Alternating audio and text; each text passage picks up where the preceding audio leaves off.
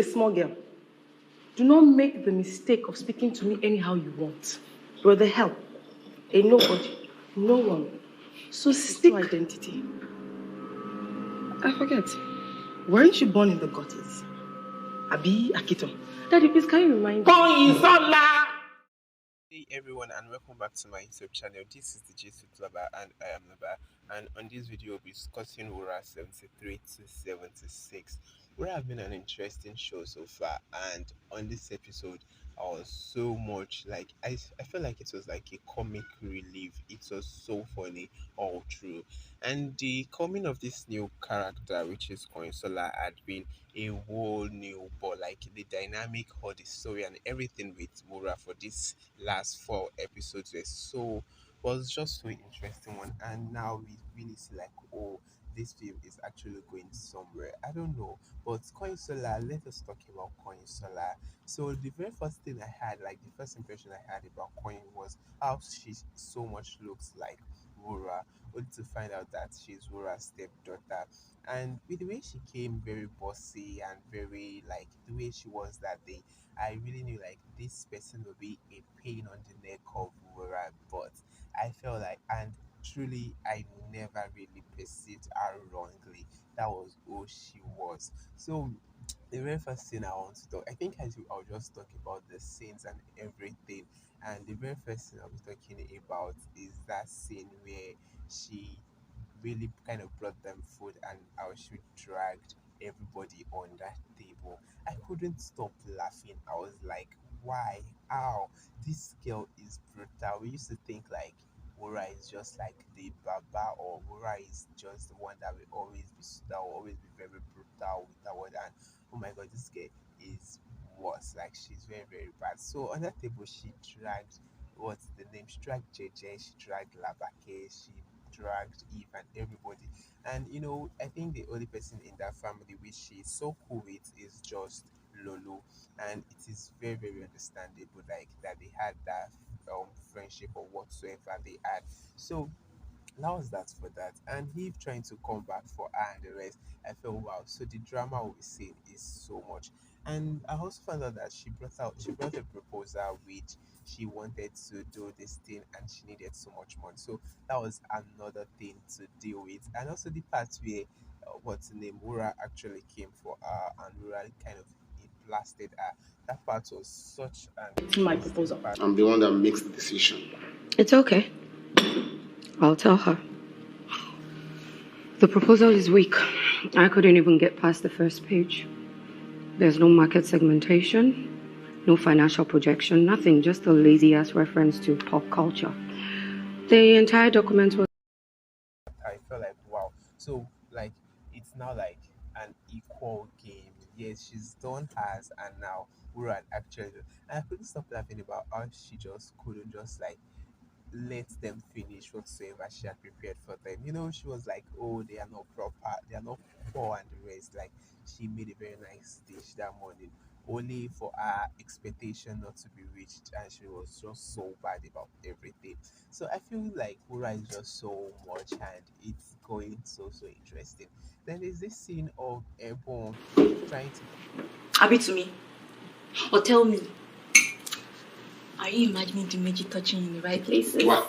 Kiloshia? What do you even know about that? Rambi, I'm not a baby.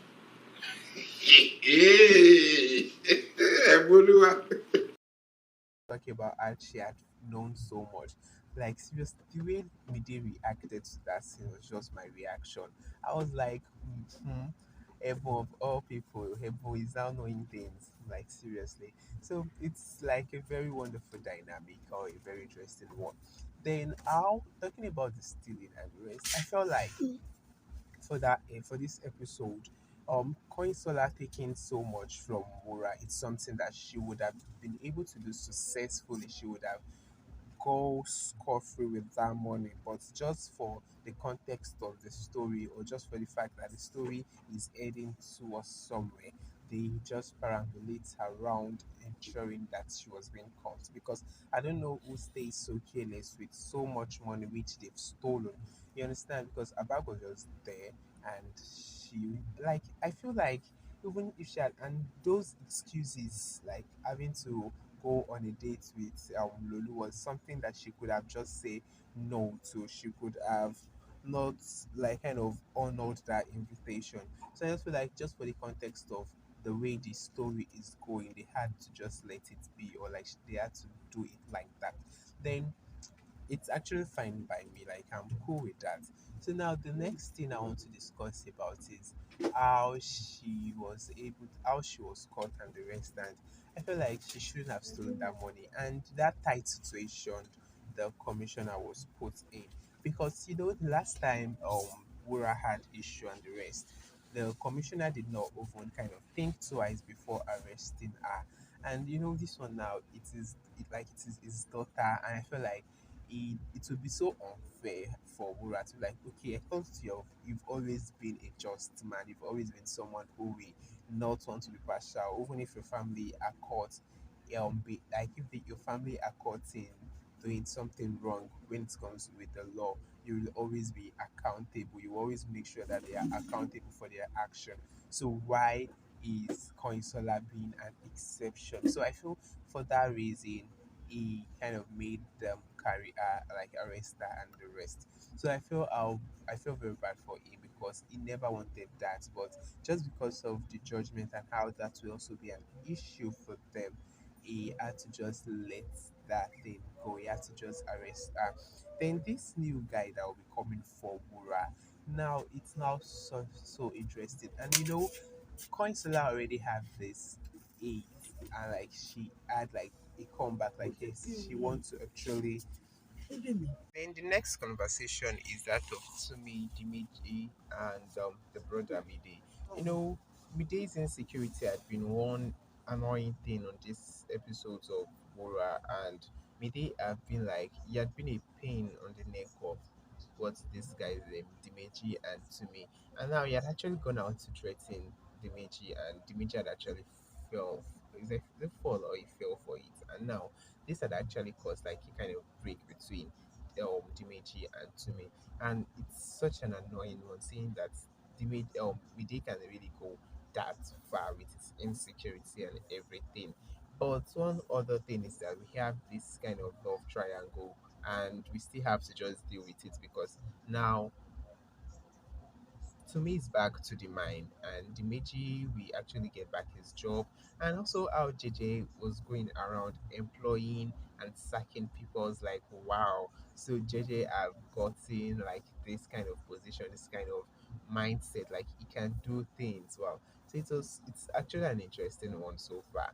Let us go back to Konyusola and the person she met while she was at prison.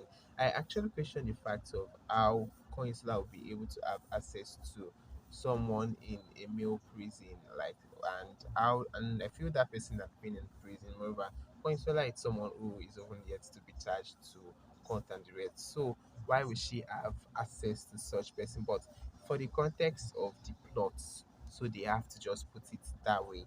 And I think these people will be like they will be coming for Wura coming episodes, because now this person had so much he had, like, and I feel like to an extent he's even blaming Wura for being there, which we do not know how true it is, but now we just have to find out how they will be dealing with Wura, because now Queen Sola already gathered eight and everything for Wura, and coming to see someone who she can just form alliance with just to bring down the almighty Wura, it will be something she will do with pleasure, and I feel so she won't be leaving anytime soon.